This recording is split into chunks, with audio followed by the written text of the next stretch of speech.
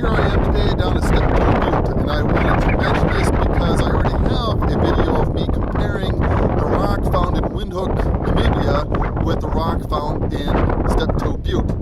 If you'll notice, this rock here is a lot different color than what we find in the rock around SFCC and a lot of central Washington. This is down at Steptoe Butte. This is 400 million year old quartzite as compared to 15 to 17 million year old basalt that we found in much of the SFCC in central Washington. You'll see this quartzite, which often is a metamorphic rock.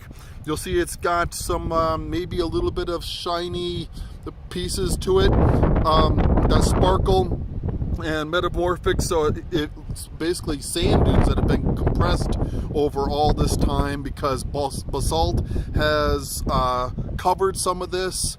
The loess from that is the wonderful soil of the Palouse has covered it, and all that pressure over 400 million years has turned what used to be sand into rock.